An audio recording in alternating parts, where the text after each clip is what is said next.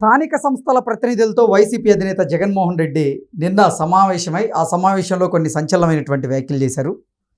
ఇప్పుడు ఆంధ్రప్రదేశ్లో కూటమి ప్రభుత్వం కక్ష సాధింపు చర్యలకు పాల్పడుతుందని, అధికారులు ఎవరైతే ఈ కక్ష సాధించేటువంటి ప్రయత్నం చేస్తారో వారిని మేము ఎక్కడున్నా సరే వదలము, వెంటాడుతాము అంటూ హెచ్చరికలు జారీ చేసేటువంటి ప్రయత్నం చేసిన నేపథ్యంలో అసలు జగన్మోహన్ రెడ్డి వ్యాఖ్యల్ని ఎలా చూడాలనేది పూర్తి స్థాయిలో మనం విశ్లేషణ చేసుకుందాం. ప్రస్తుతం మనతో పాటున్నారు ప్రముఖ రాజకీయ విశ్లేషకులు, ప్రముఖ సీనియర్ జర్నలిస్ట్ డివిఎస్ గారు. సార్తో మాట్లాడదాం. సార్ నమస్తే. సార్ నమస్తే. స్థానిక సంస్థల ప్రతినిధులతో నిన్న వైసీపీ అధినేత జగన్మోహన్ రెడ్డి మాట్లాడుతూ కొన్ని సంచలనమైనటువంటి వ్యాఖ్యలు చేశారు. ఆంధ్రప్రదేశ్లో కూటమి ప్రభుత్వం కక్ష సాధింపు చర్యలకు పాల్పడుతుందని, అధికారులని వదిలేటువంటి ప్రసక్తే లేదు, వేటాడుతాం అన్నట్లుగా ఆయన మాట్లాడడం జరిగింది. జగన్ 2.0లో మీరు మరొక కొత్త జగన్ని చూస్తారు అన్నట్టుగా ఆయన మాట్లాడుతున్నారు. దీన్ని ఎలా చూడాలి? అంటే కూటమి ప్రభుత్వం ఇవాళ వైఎస్ఆర్ కాంగ్రెస్ పార్టీకి సినిమా చూపిస్తోందా? ఎందుకంటే నిన్న ఆయన మాట్లాడుతూ అన్నాడు, ఏది సినిమా చూపిస్తామంటున్నాడు. అంటే ఇప్పుడు బొమ్మ పడిందా? ఓకే, అంటే భారత్ పాకిస్తాన్కి చుక్కలు చూపిస్తూ ముప్పేట దాడులు చేస్తున్న నేపథ్యంలో ఇప్పుడు ఆంధ్రప్రదేశ్లో కూటమి ప్రభుత్వం వల్ల వైసీపీపై ముప్పేట దాడి జరుగుతోందా?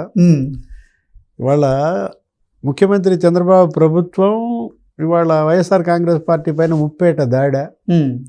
ఏది ఇప్పుడు ఒకవైపు ఏమో సిట్, ఇంకోవైపు ఏమో సిఐడి, ఏసీబీ, అసలు ఇప్పుడు అక్కడ ఈడీ వస్తోంది, సిబిఐ వస్తోంది. ఇప్పుడు మనం నిన్న చూసాం, ఏది రజనీ వర్సెస్ రాయల్.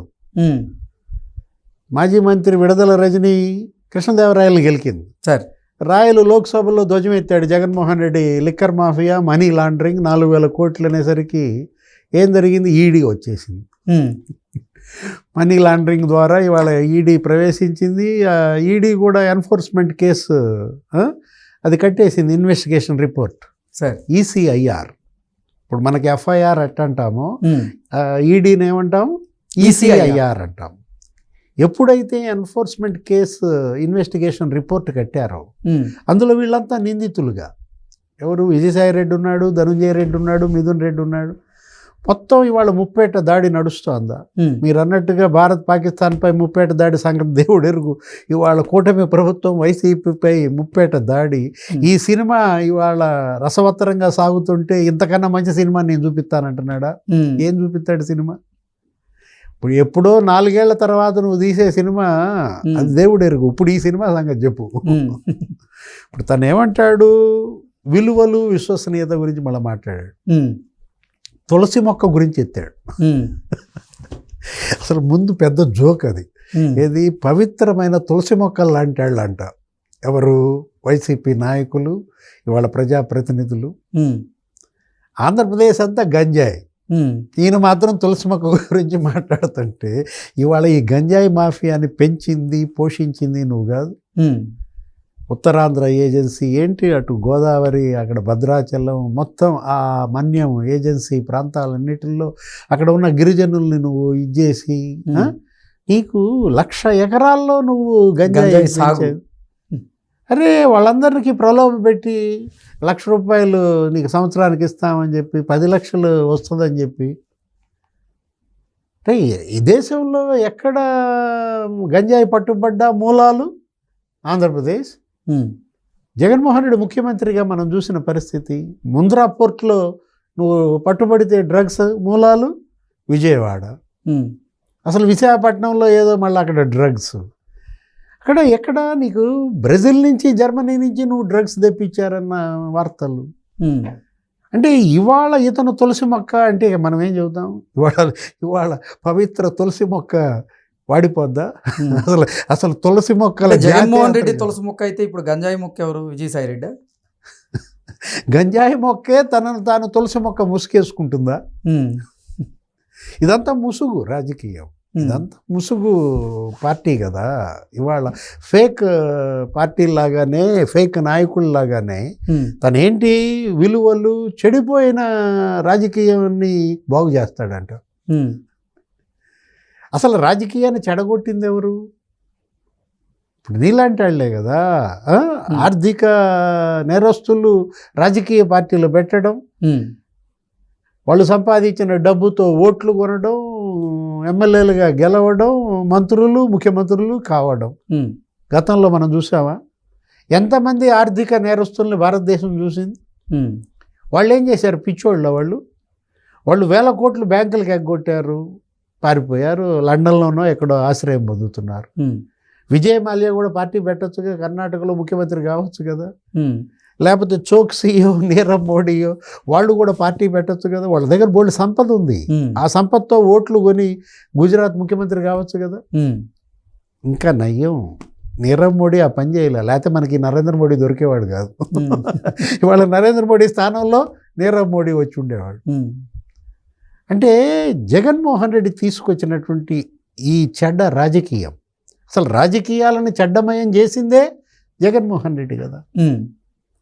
అసలు గతంలో ఎప్పుడన్నా చూసామా? ముఖ్యమంత్రులుగా పనిచేసిన వాళ్ళని జైళ్లలో పెట్టడం కక్ష సాధింపుగా, లేని కేసులు, తప్పుడు కేసులు, జరగని అవినీతి జరిగినట్లుగా చిత్రించి ఆ స్కిల్ డెవలప్మెంట్ ఏదో ఒకటి తీసుకొచ్చి 3000 కోట్లు అన్నాడు అవినీతి, 300 కోట్లు అన్నాడు దాంట్లో అవినీతి, 30 కోట్లు అన్నారు, చివరికి 3 కోట్లు కూడా దొరకల. అది కూడా జిఎస్టీ ఎగ్గొట్టిన కేసు.